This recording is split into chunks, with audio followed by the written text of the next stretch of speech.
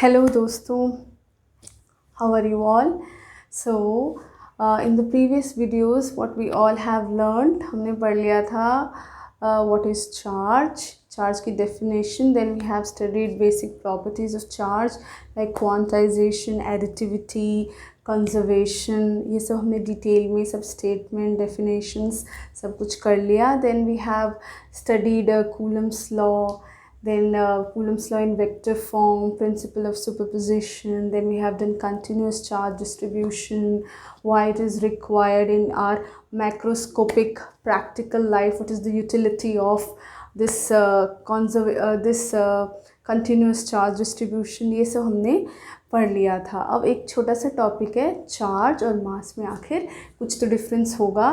वो क्या है? दोनों ही बहुत ही एलिमेंट्री प्रॉपर्टी है, लेकिन what are the differences between charge and mass. To save time मैंने पहले ही थोड़ा सा लिख दिया है, then I will explain. Right, तो सबसे पहले चार्ज क्या होता है. चार्ज हमने फर्स्ट वीडियो में ही मैंने डिफ़ाइन किया था कि भाई चार्ज एक ऐसी प्रॉपर्टी है, फंडामेंटल प्रॉपर्टी है एलिमेंट्री पार्टिकल्स की, जिसकी वजह से जो दो एलिमेंट्री पार्टिकल्स हैं उनके बीच या तो फोर्स ऑफ अट्रैक्शन होगा या तो फोर्स ऑफ रिपल्शन होगा. उसको हम बोलते हैं, उस एलिमेंट्री, उस फंडामेंटल प्रॉपर्टी को बोलते हैं हम चार्ज. जैसे कि दो इलेक्ट्रॉन्स हैं, उनके बीच फोर्स ऑफ रिपल्शन होगा because they are like charges. दो प्रोटॉन्स हैं, उनके बीच फोर्स ऑफ रिपल्शन होगा.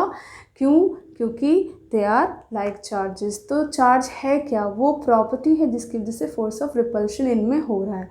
ऐसे ही एक इलेक्ट्रॉन है, एक प्रोटॉन है, उनमें फोर्स ऑफ अट्रैक्शन होगा.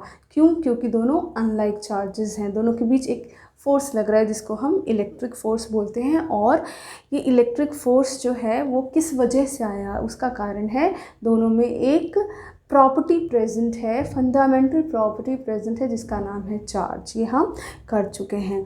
मास क्या होता है? मास हमने 9th क्लास में पढ़ा था. मास वो प्रॉपर्टी है जिसकी वजह से कोई भी इस पूरे ब्रह्मांड में कोई भी दो ऑब्जेक्ट आप ले लो, उनके बीच फोर्स ऑफ अट्रैक्शन होता है. चाहे वो सन हो, अर्थ हो, एस्टेरॉयड हो या कॉमेट हो, चाहे ब्लैक बोर्ड हो, चॉक हो, मोबाइल फ़ोन हो, दो लिविंग बॉडीज़ हो, any two objects of this entire universe जिसके पास भी मास होगा, उसके बीच, उन दोनों ऑब्जेक्ट्स के बीच फोर्स ऑफ अट्रैक्शन लगेगा. And that force of attraction is called as gravitation, और you can say gravitational force. Right, तो मास वो प्रॉपर्टी है जिस वजह से ग्रेविटेशनल फोर्स लगता है. चार्ज वो प्रॉपर्टी है जिस वजह से इलेक्ट्रिक फोर्स ऑफ अट्रैक्शन या रिपल्शन लगता है. ठीक है, ये तो हो गई बेसिक बातें चार्ज और मास के बारे में. लेकिन अब थोड़े से डिफरेंसेस भी हम इनके बीच में देख लेते हैं. हम सबको पता है कि चार्ज पॉजिटिव भी होता है, नेगेटिव भी होता है, लेकिन हमें ये भी पता है कि मास सिर्फ पॉजिटिव होता है. Second is charge is conserved. Charge जो है वो कंजर्व्ड होता है. हमने प्रॉपर्टीज़ ऑफ चार्ज में पढ़ा कि charge can neither be created nor be destroyed, but it can be transferred from one body to another. This we have studied in previous video. लेकिन मास जो है वो बहुत इंपॉर्टेंट बात है कि मास कंजर्व्ड नहीं है. मास जो है वो एनर्जी में कन्वर्ट कर सकते हैं. ये हम आगे जाके डिटेल में लेसन्स में, आगे के लेसन्स में पढ़ेंगे. अभी इतना ही जानना है हमें, ज़्यादा दिमाग नहीं लगाना है अभी, सिर्फ क्योंकि डिटेल में आगे इसकी पढ़ाई है कि मास जो है वो एनर्जी में कन्वर्ट कर सकते हैं and vice versa. Energy can also be converted into mass and mass can be also converted into energy. Let me write the relation. E is equal to mc square. लेकिन what is the condition? Condition इसकी ये है कि भाई जो मास है वो, उसकी वेलोसिटी जो है वो c यानी कि स्पीड ऑफ लाइट का स्क्वायर होना चाहिए, तब जो है वो mass it will get converted into energy.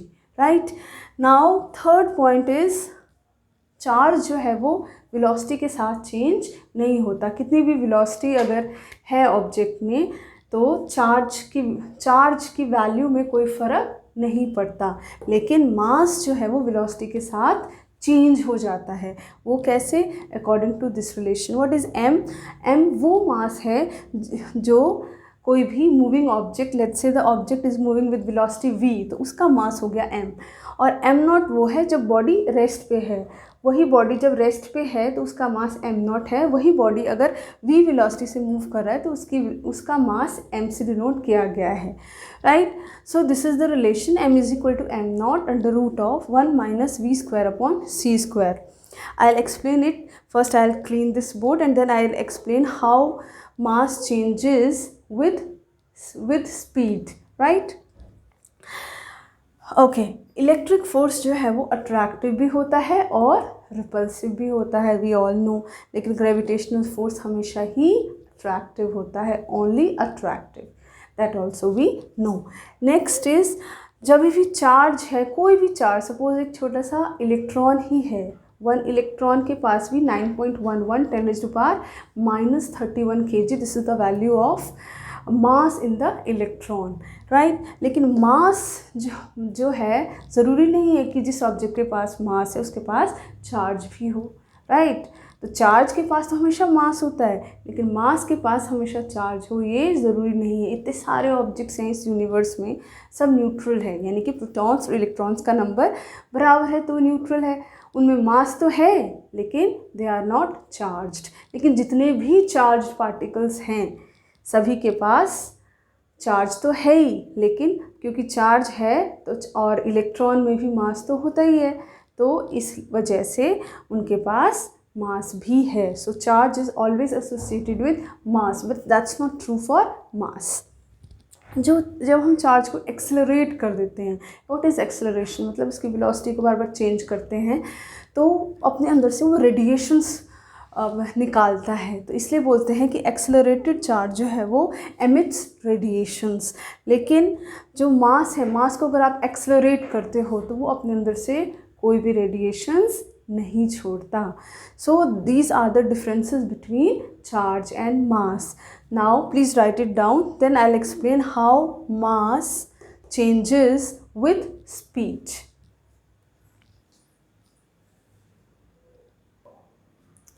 Now children, I will explain कि आखिर मास जो है वो वेलोसिटी के साथ कैसे चेंज हो जाता है। Let me explain.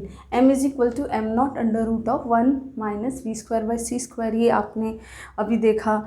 अगर हम लेट्स से v वेलोसिटी जिससे कि ऑब्जेक्ट मूव हो रहा है उसका वैल्यू c/2 है, यानी कि स्पीड ऑफ लाइट का हाफ है, c is speed of light. तो जस्ट पुट इन यहाँ पे v की जगह c/2 अगर आप पुट कर देते हैं तो v स्क्वायर है तो c/2 का स्क्वायर हो जाएगा, it will be c square by 4। तो c स्क्वायर बाय 4 और ये c स्क्वायर नीचे था ही, c square will go away and we are left with m is equal to m not 1 minus 1/4, here we are left with 1/4।